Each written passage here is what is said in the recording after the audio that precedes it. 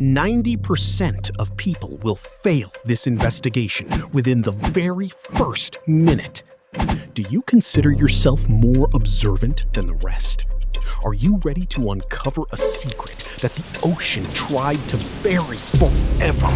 Welcome aboard the Leviathan, a luxury ocean liner that has just become a deadly trap. Night, a storm in the middle of the Atlantic. Radio communication is cut off. There is nowhere to run. And right now, in cabin number 7, the body of a man who knew everyone's darkest secrets is growing cold. Captain Jansen was found dead in his armchair. His eyes are wide open, with a faint foam on his lips. It's a rare curare poison slipped into his glass of cognac. The killer is among us. There are only 7 passengers left on board, and every single one of them has a motive. But before we hear them out, take a look at the first clues the criminal left behind. On the table, right next to the deadly glass, investigators found a thin white thread of expensive fabric, and the logbook has vanished from the captain's drawer. Remember this. And now, let's hear from the suspects. Gentlemen, this is absurd. Yes, I am a botanist. Yes, I am carrying rare, exotic Amazonian plants in the cargo hold, some of which are poisonous. But at the moment of the murder, I was checking the humidity down there. I didn't leave the hold for hours. Besides, I am an old man and can barely stand on my feet. How could I possibly sneak past the guard? My husband, Jansen, was a monster. He wanted a divorce and intended to leave me penniless. I don't deny it. I hated him. But that night, I couldn't have done it. After our last argument, Jansen locked me in my cabin himself and took the key. I was screaming and pounding on the door, and our blind pianist surely heard it through the lounge ventilation. Look for the killer somewhere else. I cannot see your faces, gentlemen, but I hear what you fail to notice. During the storm, I was playing in the main lounge, and I distinctly heard someone walk past my piano toward the captain's cabin.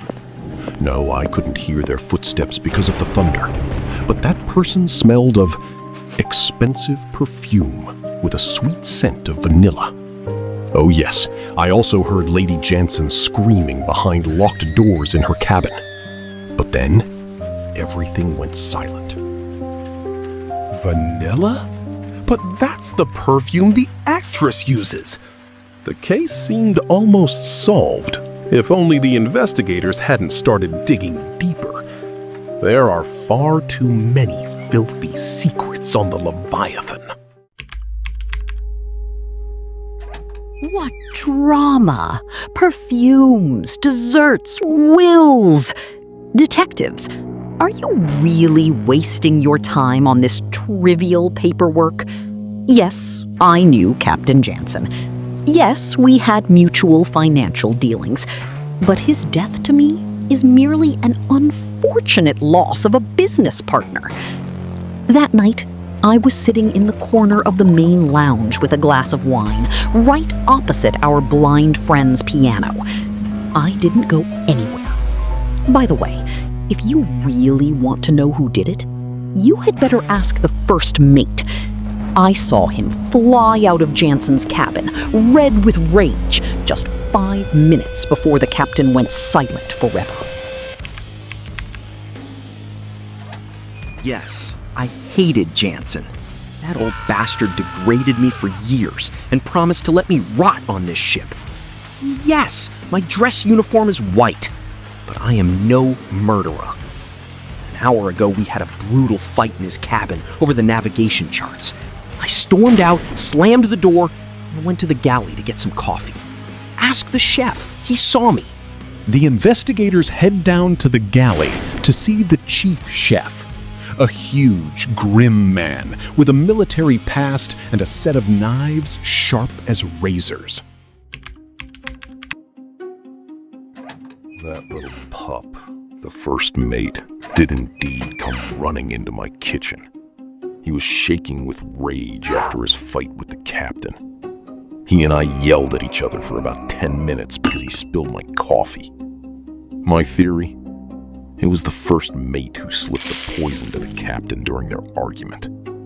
As for the smell of vanilla the blind guy is babbling about, I was adding real vanilla to the dessert for the captain's dinner at that exact time. The scent filled the whole corridor, so it could have been anyone. So we have a new twist.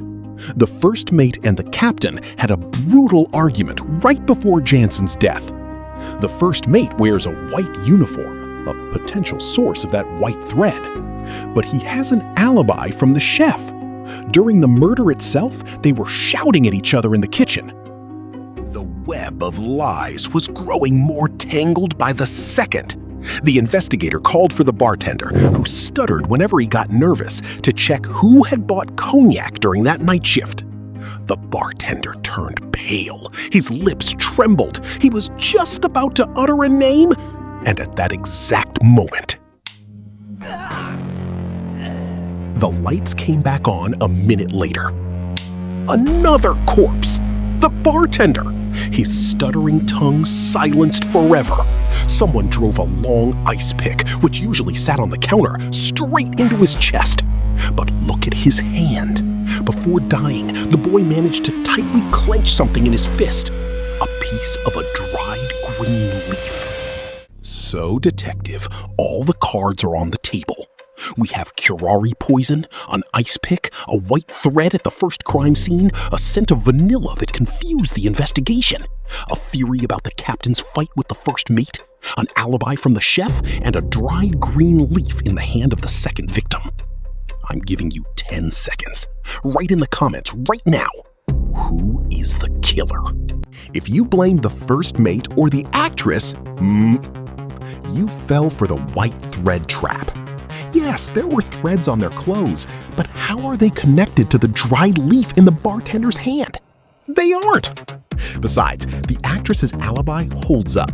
The blind musician heard her screaming from behind the door, and the only key to her cabin was found inside the dead captain's pocket.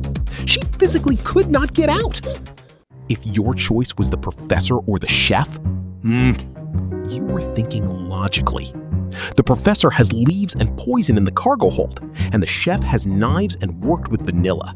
But the professor is a frail old man. He couldn't have pierced the bartender's chest with such a precise, powerful blow. And the chef couldn't have slipped out of the kitchen unnoticed while the first mate was watching him. The real killer is the wealthy widow. Here is how it actually happened. Captain Jansen gambled away her entire life savings in cards. She came for revenge. The widow secretly sneaked into the cargo hold to see the professor, to steal the poison. That is exactly where that dried green leaf stuck to her shoe. She slipped the poison into the captain's cognac right after the furious first mate stormed out of the cabin. It was a perfect frame-up. Everyone would suspect him. When she stole the logbook to hide the captain's gambling debts, she accidentally caught the edge of the table with the white silk lining of her evening glove, hence the white thread. She wore vanilla perfume, which the blind musician caught. But the chef's words about the vanilla in the dessert temporarily diverted suspicion away from her. However, the bartender noticed the green leaf on her shoe and tried to blackmail her at the bar. When the lights went out, she grabbed the ice pick and struck him. But before he died, the boy managed to tear the evidence right off her shoe. Case closed. Congratulations to those who proved to be smarter than the killer. Subscribe to the channel. More investigations are coming up.